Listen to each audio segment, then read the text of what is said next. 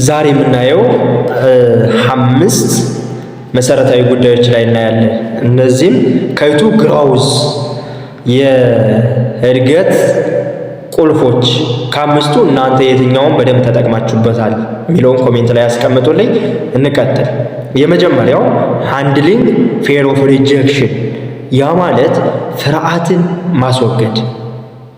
ማስወገድ ያዝ ማድረግ የሚያስፈራን እንዳናከናውን። አይ የማደርገው እኮ የሰዎች ትችት፣ ለምሳሌ የሰዎች ትችት፣ ነቀፌታ፣ ሐሜት፣ እነዚህ ነገሮች ምን ማድረግ ሪጀክት ማድረግ አለብን።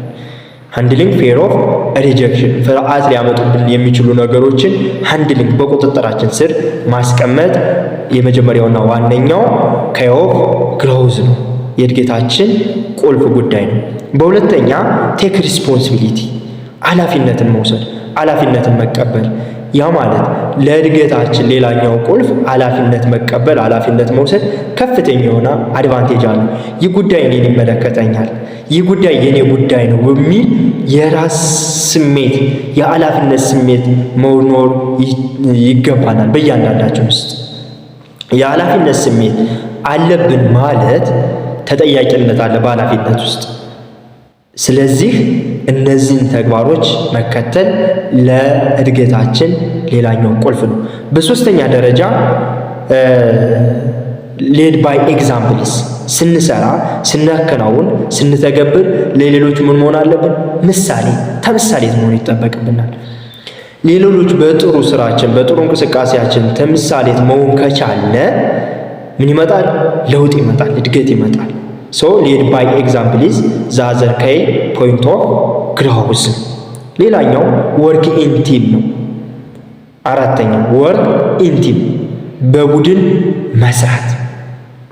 እመኑ ከአንድ ብርቱ ሁለት መድኃኒቱ ይባላል ኢትዮጵያውያን የምንጠቀመው አባባል እና በቡድን መስራትን መለማመድ ይኖርብናል። ጉልበትን፣ ጊዜን መቆጠብ እንችላለንና በቡድን በጋራ መስራትን ተግባራዊ ማድረግ ከቻልን በእርግጠኝነት የሚገርም ለውጥ ማምጣት እንችላለን።